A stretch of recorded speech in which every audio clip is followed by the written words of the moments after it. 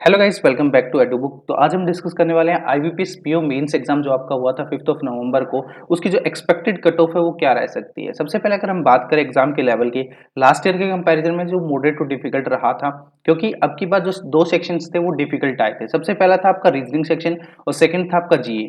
देखो, रीजनिंग में अब की बार मिसलेनियस क्वेश्चन बहुत कम देखने को मिले थे, यानी कि क्रिटिकल रीजनिंग के क्वेश्चन थे और वो भी थोड़े से अच्छे लेवल के आपको देखने को मिले थे। देखिए, उसमें गैस वर्क करना कोई लॉजिक नहीं है, ठीक है, बट कहीं न कहीं वो ओवरऑल जो सेक्शन था वो डिफिकल्ट रहा है प्रीवियस ईयर के कंपैरिजन में। और साथ-साथ जीए बेशक ही अक्टूबर मंथ से आई हो, लेकिन काफ़ी क्वेश्चन स्टेटमेंट बेस्ड भी रहे थे। तो ओवरऑल ये सेक्शन था लास्ट ईयर के कंपैरिजन में उतना ईज़ी नहीं था, डिफिकल्ट था। अब की बार 2 सेक्शन कहीं न कहीं डिफिकल्ट आए थे प्रीवियस ईयर के कंपैरिजन में। अगर मैं क्वांट की बात करूँ, क्वांट है थोड़ा-सा लास्ट ईयर के कंपैरिजन में मॉडरेट आया था। क्योंकि लास्ट ईयर था थोड़ा-सा हाई लेवल के क्वेश्चंस आपको देखने को मिले थे, बट अब की बार थे जैसे 2 डीआई ऐसी आ रखी थी। सबसे पहले एक वो आपने देखी होगी कैश और डिपॉजिट वाली, ठीक है? जिसमें कैश और डिपॉजिट को लेके उसमें कुछ वैल्यूज़ आपको दे रखी थी लाइन ग्राफ में। एक वो डीआई थी थोड़ी-सी डुएबल थी। सेकंड थी जिसमें आपके नंबर ऑफ पर्सन विजिट करते थे ए, बी, सी, डी, ई पर्टिकुलर से, और वो विजिट विजिट करते थे मंडे, ट्यूसडे और वेडनेसडे को। तो यहाँ पे मंडे और ट्यूसडे का रेशियो दे रखा था और ट्यूसडे के लिए कुछ वैल्यू दे रखी थी और वेडनेसडे की परसेंटेज दे रखी थी। तो इस तरीके से ये डीआई थी। ये दोनों डीआई जिसने बनाई थी उसके जो अटेम्प्ट्स थे यहाँ पे इजीली 25 टू 30 मार्क्स तक गए हैं। मार्क्स की बात कर रहा हूँ, क्वेश्चंस की नहीं। 25 टू 30 मार्क्स गए हैं, लेकिन जिन्होंने 2 डीआई नहीं बना पाए, क्योंकि ये दोनों डीआई आई थिंक 2-2 मार्क्स की थी। तो यहाँ पे कहीं न कहीं दोनों डीआई से इजीली 15 टू 16 मार्क्स इजीली निकाल रहे थे। और यहाँ पे नंबर सीरीज जो एक-एक नंबर, एक-एक क्वेश्चन, एक-एक मार्क्स वाले क्वेश्चंस थे, वो भी यहाँ पे ईज़ी आए हुए थे नंबर सीरीज वाले। तो वो भी कहीं न कहीं डूएबल थे। तो अब की बार लास्ट ईयर के कंपैरिजन में ईज़ी है, बट इतना भी ईज़ी नहीं है कि हर कोई करके आया हो इसको। इंग्लिश की बात करते हैं। इंग्लिश लास्ट ईयर की जैसी ही थी, थोड़ी-सी उससे ईज़ी आप कह सकते थे। जो वर्ड स्वैप आ रखे थे 2-2 मार्क्स के, तो वो काफ़ी ईज़ी थे। 4 क्वेश्चन तो हर एक स्टूडेंट्स ने यहाँ पे बनाए थे, मेरी जिनसे बात हुई थी।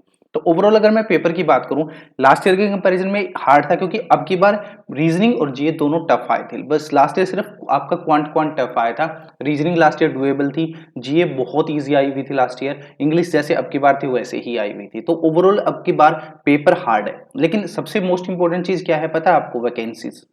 क्योंकि देखिए, लास्ट ईयर जो वैकेंसी है नोटिफिकेशन में रिपोर्ट हुई थी वो 6000 प्लस हुई थी। देखो, मैटर ये नहीं करता कि आपने आरटीआई लगाई है, उन्होंने कितनी बताई है।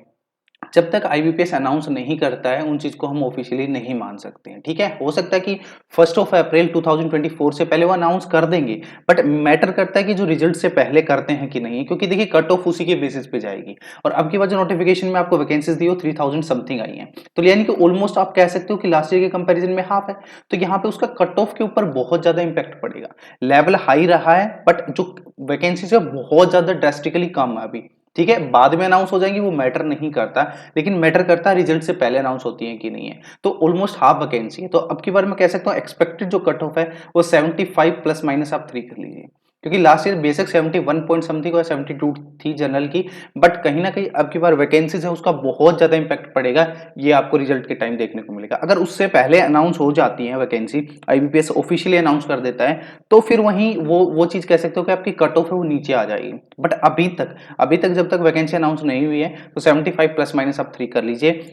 यहाँ पे डिस्क्रिप्टिव बहुत ज्यादा रोल करेगा, क्योंकि देखिए जिस स्टूडेंट्स के डिस्क्रिप्टिव में 18 टू 20 मार्क्स आ गए, उसका आराम से हो जाएगा, ठीक है? और यहाँ पे कहीं न कहीं आप, अगर आपको लगता है कि इसके आस-पास भी आप हो विद डिस्क्रिप्टिव, ठीक है ना? आपके डिस्क्रिप्टिव के मार्क्स आप ऐड करके अगर इसके आस-पास हो, तो प्लीज़ इंटरव्यू की आप तैयारी स्टार्ट कर दीजिए। क्योंकि देखिए, अगर काफ़ी स्टूडेंट्स ये सोचते हैं कि कट ऑफ से अगर 10 या 12 नंबर ऊपर नहीं हुए तो सिलेक्शन नहीं होगा। काफ़ी स्टूडेंट्स को मैंने देखा जिनके 1-1, 2-2 नंबर ऊपर थे, बट उन्होंने इंटरव्यू में अच्छा परफॉर्म किया है। इंटरव्यू में 15, 16 या 18 तक मार्क्स लेके आए हैं, ठीक है? अगर वहाँ आप अच्छा स्कोर कर पाते हो आउट ऑफ 20, तो यहाँ पे कहीं न कहीं इतना ज़्यादा फ़र्क नहीं पड़ेगा, पड़ता है, बट कहीं न कहीं इतना नहीं। आपको एक तरीके से ये नहीं होगा कि आपका होने ही वाला नहीं है, ठीक है ना?